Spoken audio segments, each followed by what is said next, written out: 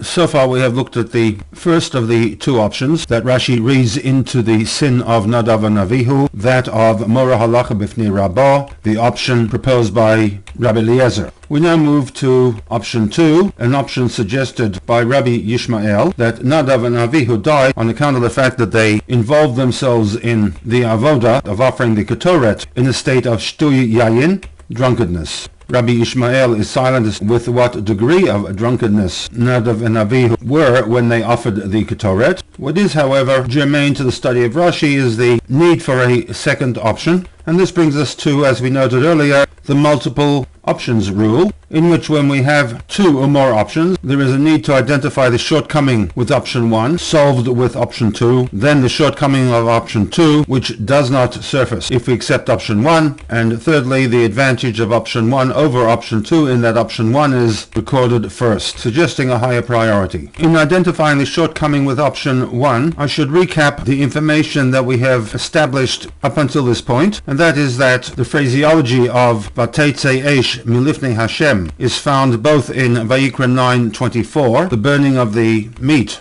from Aharon's korbanot, and then again in Vayikra 10:2 with respect to the deaths of Nadav and Avihu. It was proposed that the phrase that was used with respect to the korbanot suggested a divine revelation, a hashrat shechina, to the nation. And if we are to equate Vayikra 9:24 with Vayikra 10:2 on account of the similar phraseology, then it would be argued that just as the phrase Vateitze Eish Milifnei Hashem reflected a hashrat shechina, so too with the offering of the ketoret by Nadav and Avihu, there would also have been a hashrat shechina. In other words, the actual ketoret offering was a valid offering, for which one may ask that if the ketoret offering was a valid offering, why was it that the text refers to it as an eish zarah, leading to the deaths of Nadav and Avihu? This, according to the Rebbe's understanding of Rashi, is the core question to which he, Rashi, is addressing in his commentary, and to which he quotes Rabbi Eliezer, that there was an external issue of Mora Halacha Bifnei Rabbah. And this brings us to the shortcoming inherent in this explanation of Rabbi Eliezer.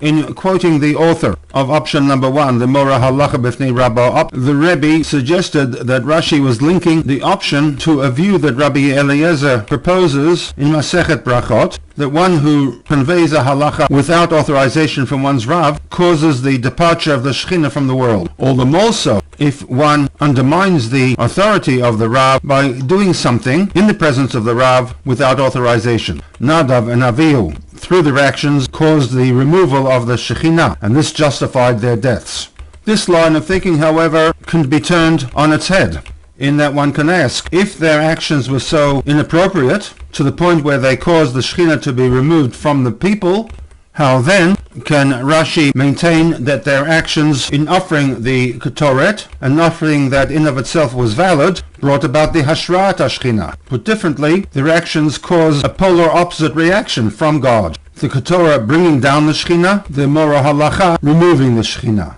On account of this internal contradiction, Rashi therefore offers a second option, that they entered the Mikdash in a state of shtuye yayin. The ketoret offering in of itself was valid, but had an eish zarah component. That eish zarah component of shtuye yayin in of itself was insufficient to invalidate the ketoret offering, because at that point in time the law of shtuye yayin had not been established. And herein lies the advantage with option 2 over option 1, whereas with option 1 we have the internal conflict of one activity resulting in two polar opposite circumstances. With option 2 there is an arm's length distance between the act of the ketoret and the external issue of their drunkenness, because at the time of offering the ketoret there technically was no formal prohibition against mixing the avoda with alcohol. This brings us to the second component of the multiple options rule, the shortcoming with option 2, or in other words, why does one need option 1?